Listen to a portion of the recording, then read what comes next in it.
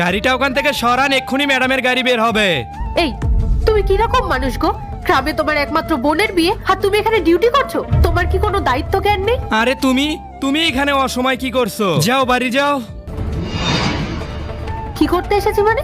তোমার মনে নেই আজ আমাদের গ্রামে রওনা দেওয়ার কথা ছিল? বোনের বিয়ে, আমি সেটা মনে করাতে এখানে এসেছি। চুপ করো, উল্টো পাল্টা চিৎকার করো না। এখন বাড়ি যাও, আমি কাজ করছি, তোমার জন্য আমার চাকরিটা যাবে। কিসের এত কাজ তোমার? হ্যাঁ, তোমার বোনটা বারবার ফোন করে কান্নাকাটি করছে, সে তার দাদাকে খুঁজছে, বলছে বিয়ের পিড়িতে কে তুলবে, আশীর্বাদ কে করবে। তার জীবনে আজকে এত বড় একটা দিন, তুমি যদি ওর পাশে না থাকো তাহলে ওর আনন্দটাই মাটি হয়ে যাবে। আমি তোমাকে কতবার বললাম তুমি একবার ম্যাডামের সাথে কথা বলে ছুটির কথাটা ওনাকে বলো, কিন্তু না, তুমি আমার কোনো কথাই শুনলে না। আমি কি করব? পরিস্থিতিটা বোঝার চেষ্টা করো। বোনের বিয়ের জন্য ম্যাডামের থেকে আমি 1.5 লাখ টাকা অগ্রিম নিয়েছি। এখন যদি ওনাকে থেকে আমি ছুটি চাই তাহলে মুখ দেখাবো আমি কেমন করে? কাজ যদি না করি তাহলে দেনাটা শোধ করব কিভাবে? আমার কথা শোনো, তুমি যাও, তুমি তো ওর বড় ভাবি, তুমি গিয়ে সবটা সামলিয়ে নাও, আমি না হয় ভিডিও কলে দেখে নিব। আমি একা যাব না, আমি গিয়ে ওকে কি জবাব দেব? ও তো বেচারি পথ চেয়ে বসে আছে তার দাদা আসবে বলে। আচ্ছা, ও তো তোমার কাছে কোনো টাকা পয়সা চাইনি, ও শুধু চেয়েছে তার দাদাকে। আর তুমি একটা দায়িত্ব পালন করতে গিয়ে তোমাদের ভাই বোনের সম্পর্কটাকে ভুলে যাচ্ছ।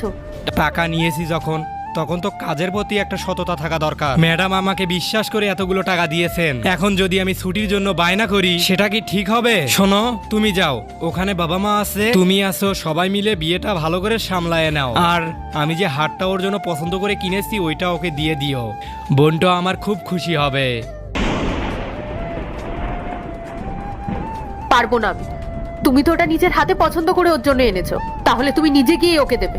তোমাকে ছাড়া আমি এক পাও এখান থেকে নড়বো না, আমি যাবোই না। আরে তুমি এরপর কি হলো সেটা দেখার আগে তুমি যদি এই আল্লাহর দুইটা ছবিকে মন থেকে ভালোবাসো তাহলে ভিডিওতে লাইক করে চ্যানেলটি সাবস্ক্রাইব করে দাও। আর যদি না ভালোবেসে থাকো তাহলে কিছু করার দরকার নেই, আর কমেন্টে লিখে যাও আমিন।